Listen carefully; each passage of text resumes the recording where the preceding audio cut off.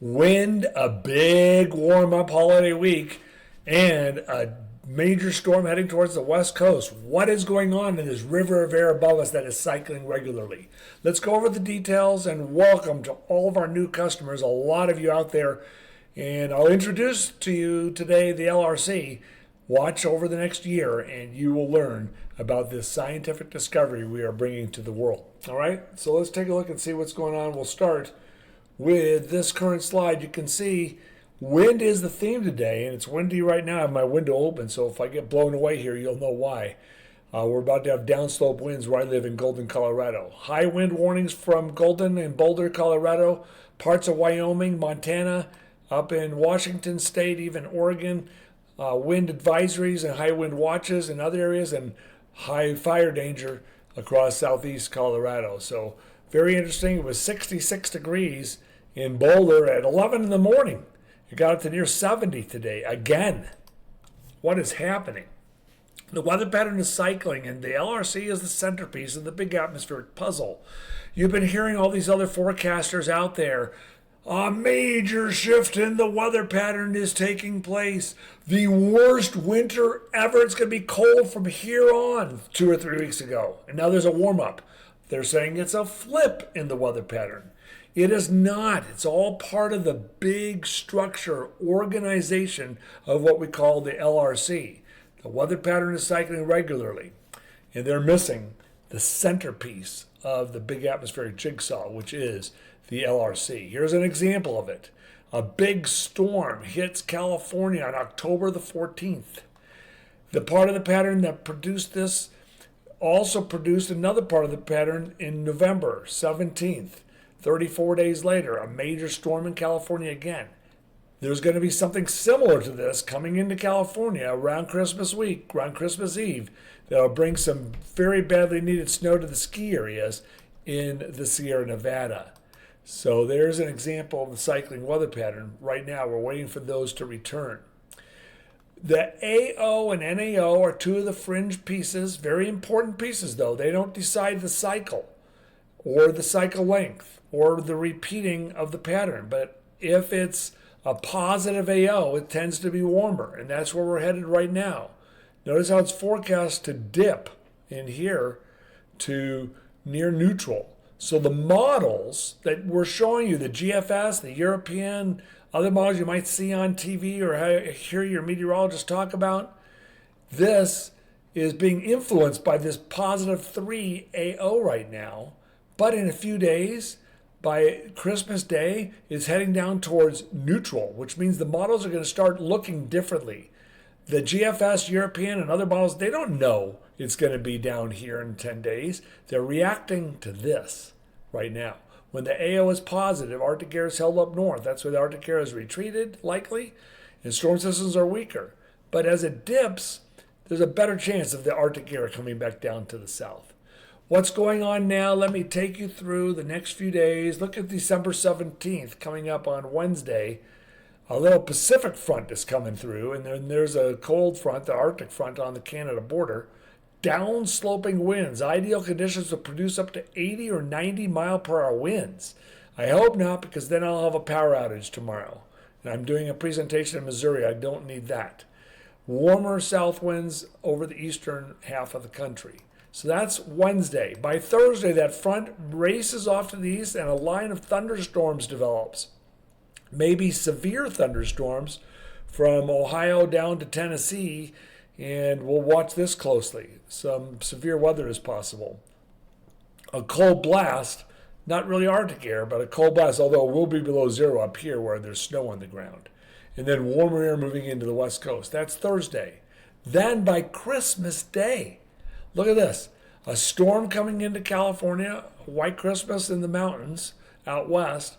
A big warm-up is likely in the storm system tracking across the North Dakotas. As that comes across, it'll wrap some snow in. So we'll watch this closely. But look at that. Most of the nation under the influence of a warm-up next week. Temperature-wise, the Euro AI model is 49 in Kansas City.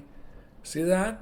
And 72 in Dallas. But look at what the GFS and the European model have. 70s all the way up to Kansas City. So we'll see how this develops, but it does look like a warm Christmas over the southern states for sure, and possibly into the central and northern plains. Christmas Day. This is the American model as of today. Where is the Arctic air on Christmas Day? Alaska, Northwest Canada. Usually when it's in this position, we have to watch it for a major Arctic blast. Still not showing up, but just know the Arctic air is on this side of the northern hemisphere, not on the Siberia side, more on our side. So we got to watch that, even though the lower 48 United States is showing the warm up. As you can see here, the Arctic air is not that far away. Whoa! Look at this. Here comes some wind into my window here. Look at this. This shows this yellow 20 to 24 inches of rain. Could that happen? That'd be a major flooding problem for parts of California. Good for the water tables. But look at that. Major wet system trying to come in on some of the models. We'll watch this closely. It's probably overdone. In Colorado, not much again. All right. How much snow is that up to? Maybe a foot of snow in some of the ski areas around Christmas. So that would be good, but they're definitely struggling, believe me. Out west, though, 5 to 8 feet of snow. See the 76 inches, 93 inches. So Lake Tahoe is underneath that. Lake Tahoe, depending on the snow levels, could have 1 or 2 feet of snow at lake level. So we'll be watching this closely as the western storm comes in as expected. Drought and ag forecasts. This isn't in the written version, but I just want to go over it real quickly. Droughts are either expanding or shrinking. So for those of you with agriculture interests, pick out where you're concerned with. Here's the agriculture belt, and watch. This is December 15th. Here is September 30th. Florida getting drier. All right. Missouri still in a D1 drought. As you can see, right over Kansas City centered, but not in a drought over the western part of Kansas. And so we'll be watching this very closely. In the first 2 months of this year's pattern, this is what's happened. Much above precipitation across the Dakotas and Montana and the southwestern United States. Even parts of Kansas near to slightly above average.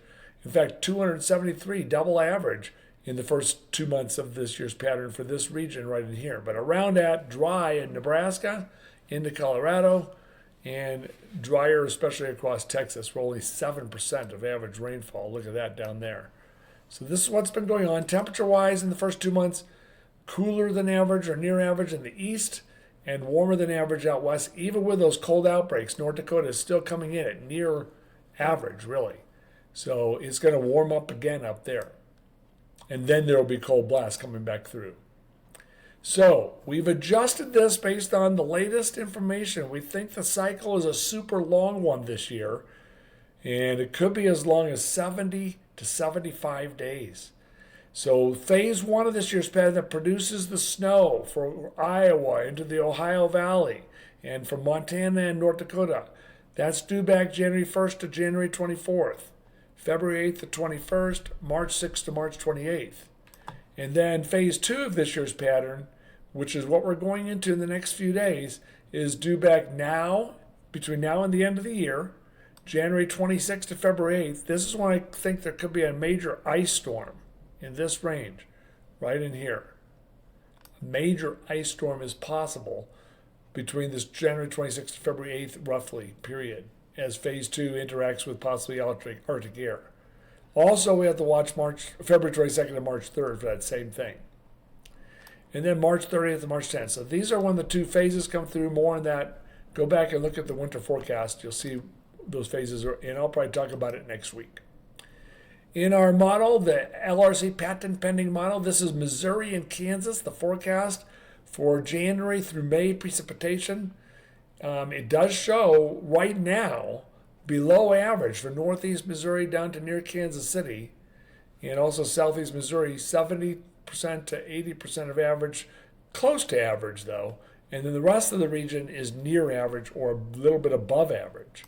And temperature-wise and precipitation-wise, this is a day-by-day analysis. Potential mid-January. This might change by 10 days because I'm changing the cycle length. So this mid-January big storm could end up being right here when I told you. The ice storm is probably in here. So watch this adjust in the next week because the model's going to adjust in the next couple weeks. And it does show potential frost as late as May 1st, maybe even the 10th of May. So we'll watch for those for a late frost and freeze possible.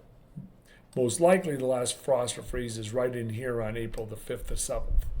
So interesting. If you're interested in getting that model, contact Bryce Palmer, Bryce at weather2020.com. We have many dozen farmers using it across the United States, hundreds of them now. Have a great day, everyone. That's your forecast. That's your update. And let me come back to the camera. I hope everyone's having a happy holiday season so far. Happy Hanukkah, Merry Christmas, and happy holidays. Our next report will be coming up this Saturday. Let's see how this all evolves between now and then. Let me know if you have any questions, and welcome to all of our new customers. I'm meteorologist Gary Lezak.